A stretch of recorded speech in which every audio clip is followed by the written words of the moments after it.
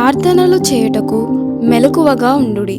మొదటి పేతురు 4వ అధ్యాయము 7వ వచనము.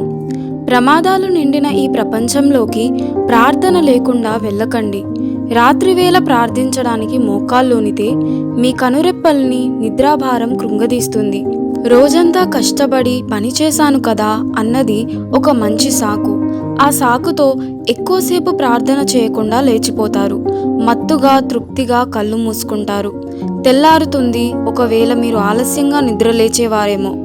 ఉదయకాలపు ధ్యానం చేయడం కుదరదు లేదా హడావిడిగా ముగించేస్తారు.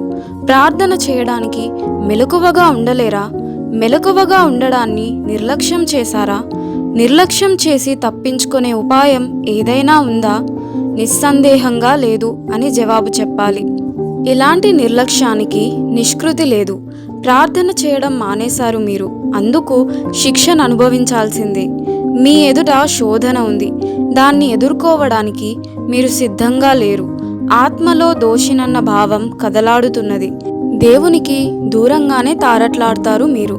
అలాంటప్పుడు నిద్రమత్తు వల్ల మీరు ప్రార్థన చేయడం మానిన రోజున మీ బాధ్యతల్ని మీరు ఎదుర్కోలేకపోవడంలో ఆశ్చర్యమేముంది? మత్తు వల్ల ప్రార్థనను ప్రక్కకి నెట్టిన క్షణాలను ఎంత ప్రయత్నించినా తిరిగి సంపాదించుకోలేం.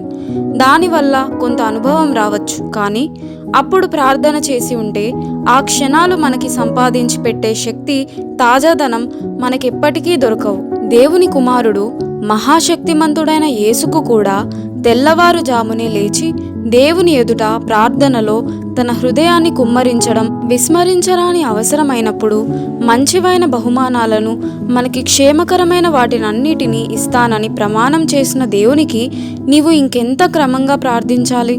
తన ప్రార్థనల ద్వారా యేసు తన జీవితమంతా ఏమి సమకూర్చుకున్నాడో మనకైతే తెలియదు.